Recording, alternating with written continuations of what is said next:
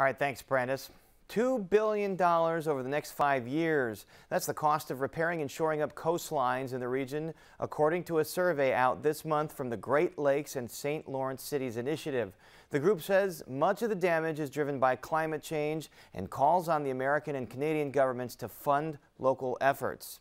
And joining us to talk about the results of this survey is John Altenberg, Executive Director of the Great Lakes and St. Lawrence Cities Initiative. John Altenberg, welcome to Chicago Tonight.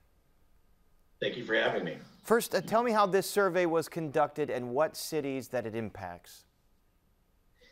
We cover both the Great Lakes and the St. Lawrence River, both in the Canadian part of the Great Lakes and the U.S. part of the Great Lakes.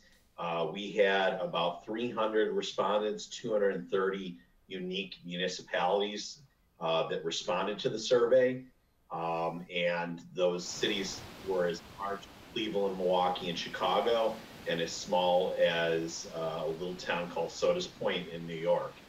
It is not all encompassing because we didn't get a full response, but to date, this is the only measurement that we have about what the damage is going forward and what the damage has been spending in the past. So that number could be larger than the $2 billion that we find here. And let's take a look at some of the findings in this survey. These cities have spent already about $900 million over the last 2 years because of erosion and coastal damage, and plan to spend about $2 billion or more over the next 5. So what does that money go toward? Well, erosion affects everything from water intake tanks, such as up in Zion, where erosion is impacting, allowing fresh water to get to that city, and potentially could cut them out of fresh water. It can be damage to piers. It can be disappearing beaches like we have in Evanston. It can be buildings that are falling into the lake. Really, it's a whole myriad of things that this money would go for.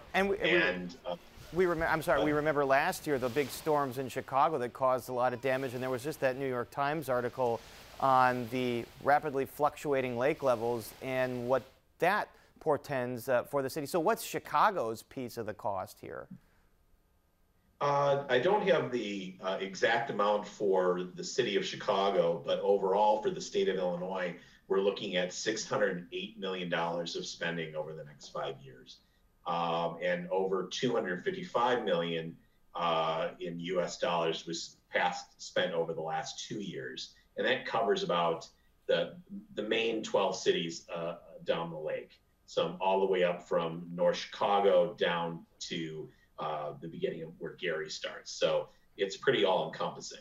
Got it. All of Illinois' Lake Michigan coastline. All right. One of the other findings in your survey, the vast majority of the municipalities that responded said that these are big concerns for them, but they don't have the necessary expertise to tackle those issues. How big a concern is that? It's a huge issue. You have many small to medium-sized communities that simply can't afford to have this expertise on board. This is a very complicated issue. It is something that needs to be addressed in a certain way, and they don't have the bandwidth or the knowledge to be able to handle it. So they need to look at other resources to assist them. They have to turn to county, state, and federal governments to try to assist them with that expertise. And then a third finding in this survey that, again, in addition to this being a big issue, planning efforts so far in most of these places have fallen short. How come? Well, I mean, it's because of this question you just asked me. They don't have the capabilities, number one, but also understanding kind of the forecasting of where the lakes are going to be going over the next 30 years. It just doesn't exist today.